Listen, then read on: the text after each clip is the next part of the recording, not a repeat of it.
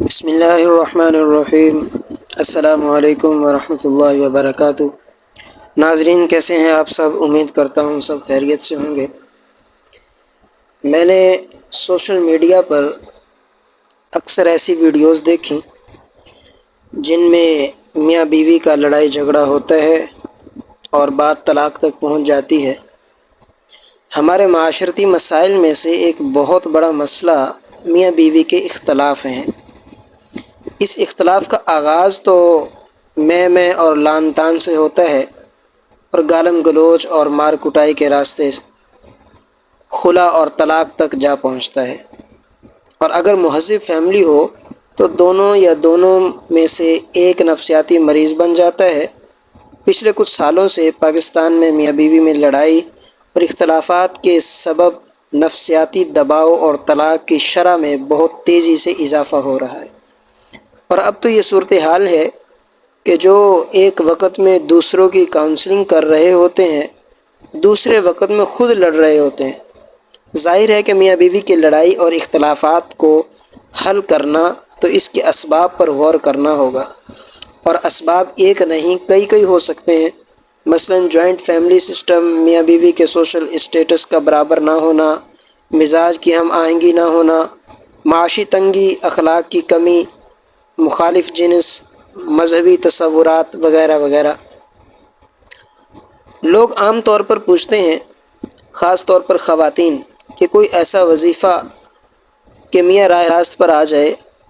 وظیفہ تو میرے علم میں ایسا کوئی نہیں، لیکن میں نے اس مسئلے میں جتنا غور کیا تو ایک نکتہ سمجھ میں آیا کہ میاں بیوی کے اختلافات کیسے بھی کیوں نہ ہوں، لمحے میں حل ہو جاتے ہیں۔ اور وہ نکتہ یہ ہے کہ اختلافات کا ابتدائی سبب جو بھی ہو، اسے باقی رکھنے والا عنصر ہمیشہ انا کا ہوتا ہے۔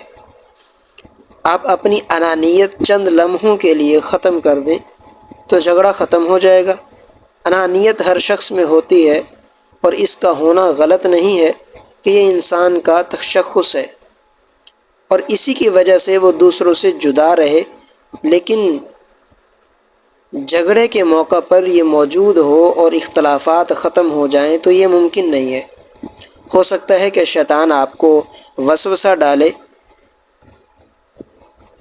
کہ انانیت ختم کرنے کا مطلب کمینے بن جاؤ، ذلیل ہو جاؤ، اپنی قدر گھٹا لو، اپنے آپ کو ڈیگریڈ کر لو، شوہر یا بیوی کو سر چڑھا لو وغیرہ وغیرہ۔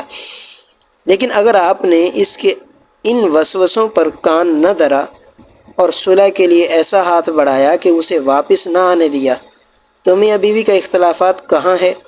کہیں نہیں، ختم ہو جاتا ہے۔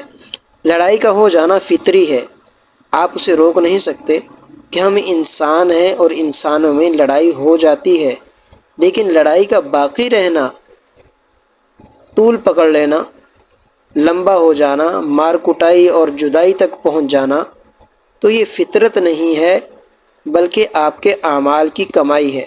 اپنے اعمال درست کر لیں تو یہاں تک نوبت نہیں آئے گی، اور اعمال کی درستگی یہاں سے شروع ہوگی کہ آپ یہ طے کر لیں کہ انا آپ نے ختم کرنی ہے۔ کہیں کوئی زیادتی ہو بھی جاتی ہے تو اسے درگزر کرنے والے بن جائیں۔